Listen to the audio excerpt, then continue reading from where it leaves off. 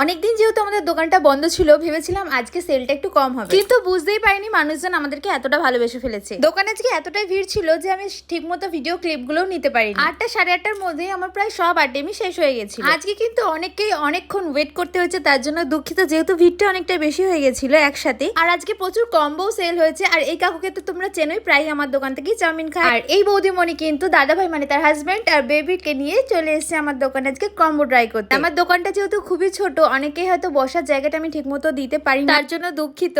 আশা রাখছি তোমাদের আশীর্বাদে একসময় আস্তে আস্তে একটু একটু করে বড় করব। দোকানের স্পেসটা ছোট বলে আমাদের কম্বো রোল, চাউমিন, মোমো একসাথে দিতে একটু সময় লাগে, তাই জন্য তোমরা যারা একটু কম্বো নিতে আসো আমাদের সাথে একটু কোঅপারেট করো, একটু টাইম দিও। আর এক কাকু এসে কিন্তু নিয়ে নিয়েছিল একটা কম্বো পার্সেল, মোমো, পকোড়া সবকিছু। এই কাকু কিন্তু বহু পুরনো কাস্টমার আমার দোকানের, অনেক কিছুই নিয়ে যায়। তারপরে চলে এসেছিল এই দাদা আর বোনটি। মোমো কিন্তু আমাদের একমাত্র 5 পিস পড়েছিল, তাই জন্য আমি তাকে ফুল প্লেট দিতে পারিনি।